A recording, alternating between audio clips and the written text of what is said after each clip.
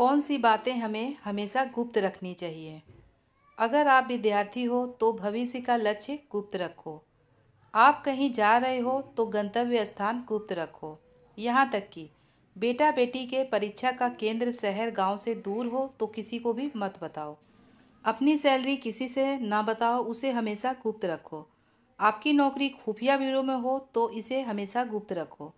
कहीं पर नौकरी का इंटरव्यू देने जाना हो तो इस बात को पड़ोसी और दोस्तों से गुप्त रखो। चयनित हो जाने पर भी तब तक न बताओ जब तक ज्वाइन न कर लो। आपकी शादी होनी हो तो ससुराल का पता शादी तक किसी को न बताओ। घर में कहीं से धन की प्राप्ति होती है तो गुप्त रखो। बैंक अकाउंट नंबर और बैंक का नाम हमेशा गुप्त रखो। संपत्ति का बंटवारा हो रहा हो तो बात पुरुष के मध्य ही रहनी चाहिए, यहाँ तक कि बंधुओं को और इस मामले से खुद को दूर रखना चाहिए। यानी देवरानी जेठानी का इससे कोई लेना देना नहीं होना चाहिए। बहन बेटी का रिश्ता तय किया हो तो इस रिश्ते की बात शादी होने तक गुप्त रखो। लड़की दिखाते वक्त पड़ोसी को मत बताओ।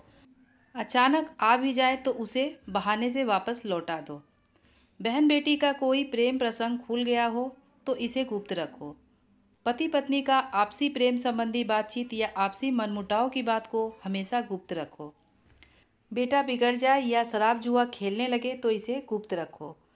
बेटा विदेश पढ़ने गया हो तो विदेश का सही नाम और उसका पता गुप्त रखो। दुश्मन भी देश तक पीछा करते हैं। प्रॉपर्टी के पेपर्स गुप्त रखो। नई प्रॉपर्टी खरीदी हो तो जब तक ज़रूरत ना हो किसी को भी मत बताओ। लॉकर किस बैंक में है यह भी गुप्त रखो। इससे संबंधित सलाह भी बैंक मैनेजर के अलावा किसी से ना लो। मैनेजर की उपस्थिति में ही लॉकर खोलें। घर में ज्वेलरी आई है तो खास तौर से काम करने वाली बाई के सामने लेकर मत बैठो। काम वाली बाई को सहेली मत समझो। छोटे बच्चे किस स्कूल और किस वाहन से जाते हैं यह बात भी गुप्त रखो।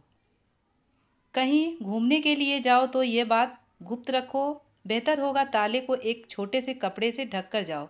किसी पड़ोसी को भी मत बताओ कि आप कब लौटेंगे। घर में किसी को अगर कोई अति गंभीर बीमारी हो तो गुप्त रखो।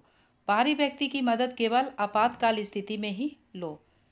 बच्चा फेल हो गया हो तो इस बात को हमेशा गुप्त रखो, वरना बात जाहिर होने का बच्चे की मानसिकता पर विपरीत असर पड़ेगा। पति के घर की बातें कभी मायके वालों को न बताओ। किसी गरीब को दिए गए दान की बात उजागर ना करो। किसी से कर्ज या उधार लेने की बात किसी को न बताओ। बुजुर्ग की लिखी गई वसीयत अपने तक ही सीमित रखें और इस बात को बहुत नज़दीकी वकील के अलावा किसी को भी न बताएं। पुरानी कहावत है कि पति पत्नी को भी एक दूसरे के समकक्ष पूरी तरह एक्सपोज नहीं होना चाहिए। मतलब जमाना बड़ा ख़राब है, मित्रों से ज़रा अलर्ट होकर रहो। कई कांड हो चुके हैं जिसमें एक दोस्त ने दूसरे की जीवन लीला ही समाप्त कर दी है। दोस्त के साथ खाते पीते वक्त भी सतर्क रहिए।